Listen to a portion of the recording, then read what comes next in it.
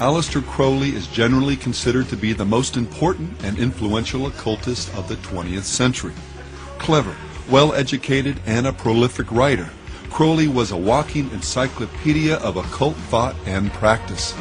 Dubbed the wickedest man in the world by the British press, Crowley preferred his own pseudonym, the Great Beast 666. Crowley was the master Satanist of the 20th century. The hierarchy of the secret societies have been deeply involved in the black occult since they have existed. This includes the ritual sacrifice of children and babies. This knowledge has been kept from the minds of society at large until more recently.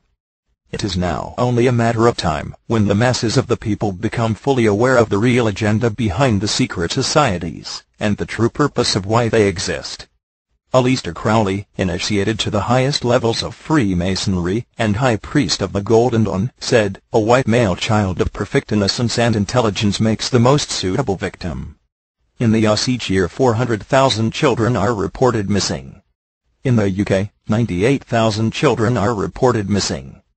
Crowley's large influence upon rock music and its fans. Lest you think that Aleister Crowley, born Edward Alexander Crowley, 1875 to 1947, was just some crazy fool that no one took seriously, think again. Crowley has had a large influence upon modern rock music.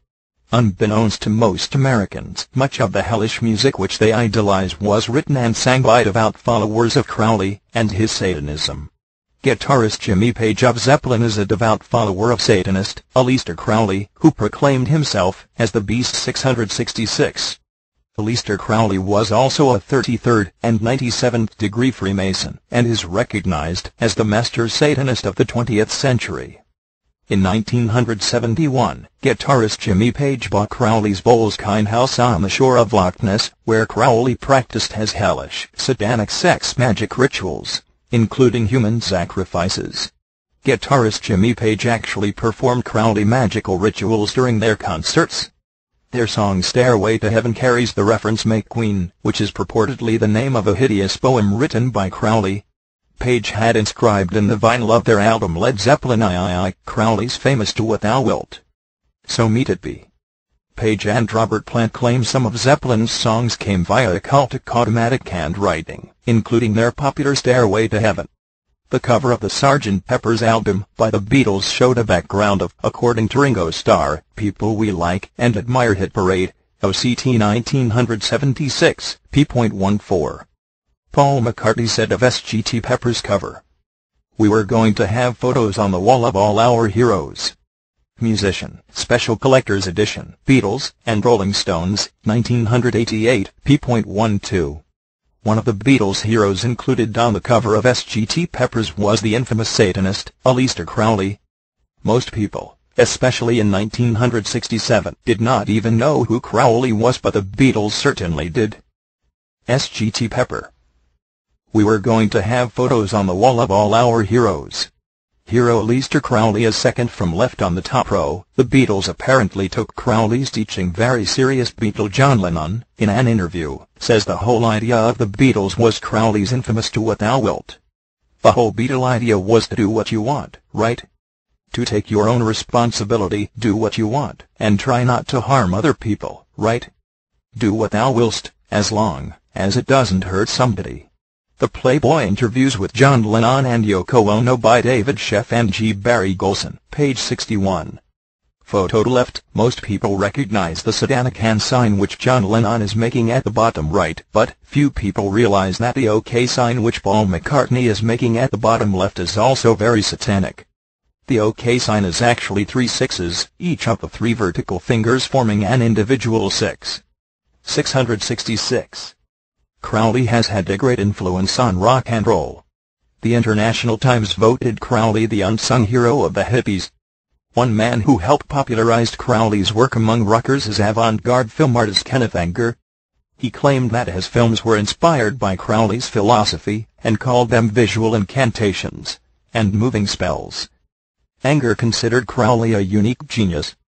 Mick Jagger of the Rolling Stones and Jimmy Page of Led Zeppelin both scored soundtracks for Anger's films about Crowley. See Led Zeppelin for more about Page's enthusiasm for Crowley. Crowley's photo appeared on the Beatles' Sgt. Pepper album cover. The Beatles testified that the characters who appeared on the album were their heroes.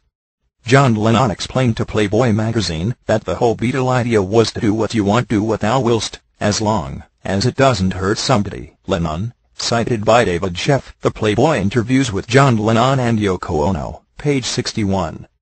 This was precisely what Crowley taught. Ozzy Osbourne called Crowley a phenomenon of his time, Circus, August 26, 1980, page 26. Ozzy even had a song called Mr. Crowley. You fooled all the people with magic / you waited on Satan's call / Mr. Crowley, won't you ride my white horse? On the back cover of the Doors' 13 album, Jim Morrison and the other members of the Doors are shown posing with a bust of Aleister Crowley. David Bowie referred to Crowley in his song Quicksand, from the album The Man Who Sold the World. Graham Bond thought he was Crowley's illegitimate son, and recorded albums of satanic rituals with his band Holy Magic.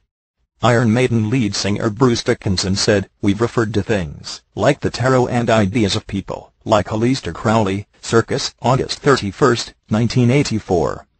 Their song The Number of the Beast said, 666, the number of the beast / 666, the one for you and me. Crowley was called the Beast.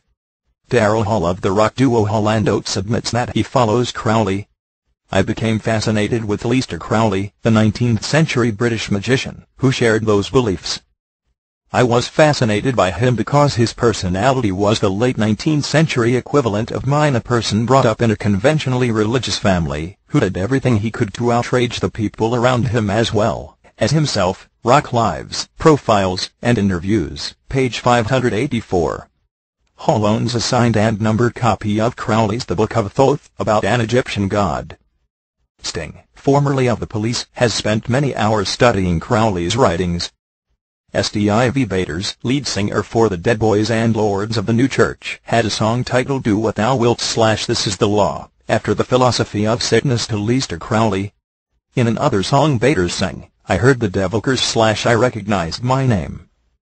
LSD guru Timothy Leary was a Crowley enthusiast. He said, I've been an admirer of Aleister Crowley. I think that I'm carrying on much of the work that he started over 100 years ago. He was in favor of finding yourself, and do what thou wilt shall be the whole of the law under love. It was a very powerful statement. I'm sorry he isn't around now to appreciate the glories he started. Late Night America, Public Broadcasting Network, cited